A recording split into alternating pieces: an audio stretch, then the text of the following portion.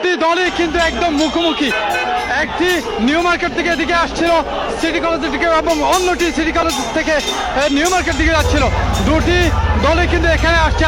আমরা যেটি দেখাবার চেষ্টা করছি, এক পাশে কিন্তু ছাত্রদের মধ্যে কিন্তু লাঠি শুটা রয়েছে দুই পাশে এবং ঢিল ছুটাছুটির মতো ঘটনা লক্ষ্য করা যাচ্ছে। সেখানে আমরা দেখতে পাচ্ছি কয়েকজন আছেন যারা নেতৃত্ব পর্যায়ে, তারা সেটি সামাল দেওয়ার চেষ্টা করছেন, উভয় পক্ষকে শান্ত করার চেষ্টা করছেন। যদিও আমরা দেখতে পেয়েছিলাম এখানে আইন শৃঙ্খলা বাহিনীর লোকজনও কিন্তু আছেন।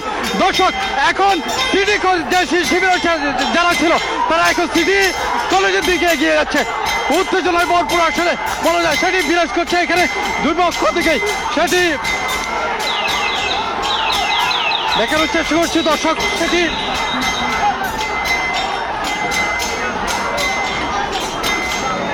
আপনারা দেখতে পাচ্ছেন ছাত্র শিবির এবং ছাত্র দলের মধ্যে ধাওয়া পাল্টা দেওয়া চলছে এবং এক মাসে আমরা এতক্ষণ পর্যন্ত দেখছিলাম নিউ মার্কেট থেকে মিছিল দিয়ে আসছিল ছাত্র শিবিরের যে সকল সদস্যরা আছেন তারা, এবং অন্য পাশে একদম সিটি কলেজের ঠিক সামনেই মুখোমুখি অবস্থান করছিল ছাত্র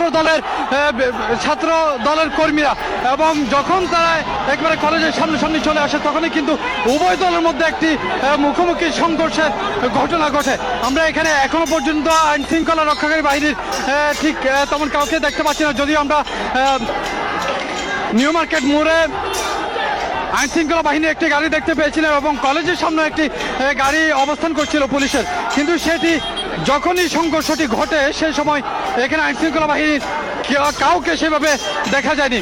যদিও আরেকটি ঘটনা এখানে বলে রাখার চেষ্টা করি, সেটি হচ্ছে সিটি কলেজের ঠিক সামনে যখন মিছিল দিয়ে ছাত্র শিবির চলে যাওয়ার জন্য গমন করছিল তখনই কিন্তু অপর পক্ষ থেকে যেই ছাত্র দলের একটি মিছিল, একজনকে আমরা দেখতে পাচ্ছি রক্তাক্ত হয়ে গিয়েছে, হয়তোবা ঢিল কি উভয় পক্ষই লাঠি শুটে এবং ঢিল নিয়ে তারা এখানে কিন্তু আছেন। আমরা একজনকে দেখতে পাচ্ছি অনেক বেশি আঘাতপ্রাপ্ত হয়েছেন, তিনি রক্তাক্ত হয়ে গিয়েছেন, তাকে কয়েকজন ধরে নিয়ে যাওয়ার চেষ্টা করছেন, রিকশায় করে তাকে নিয়ে যাওয়া হবে। তিনি আসলে কোন পক্ষে সেটি এখনো পর্যন্ত আমরা পরিষ্কার করে বলতে পারছি না, তবে যারা নিয়ে যাচ্ছে তাদের অধিকাংশ হচ্ছে ছাত্র শিবিরের এবং ধাওয়ার পর অপর প্রান্তে যে দলটি সেটি হচ্ছে ছাত্র দলের কর্মীরা। তারা সম্ভবত ওদিকে চলে গিয়েছে এবং এই মুহূর্তে সিটি কলেজের ঠিক সামনে ছাত্র শিবিরের কর্মীরা সেখানে অবস্থান করছেন।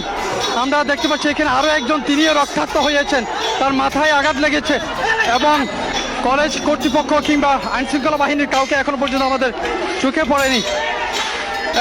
ভিতরে হয়তো শিক্ষকরা আছেন,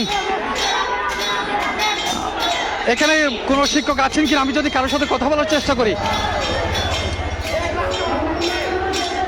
দর্শক,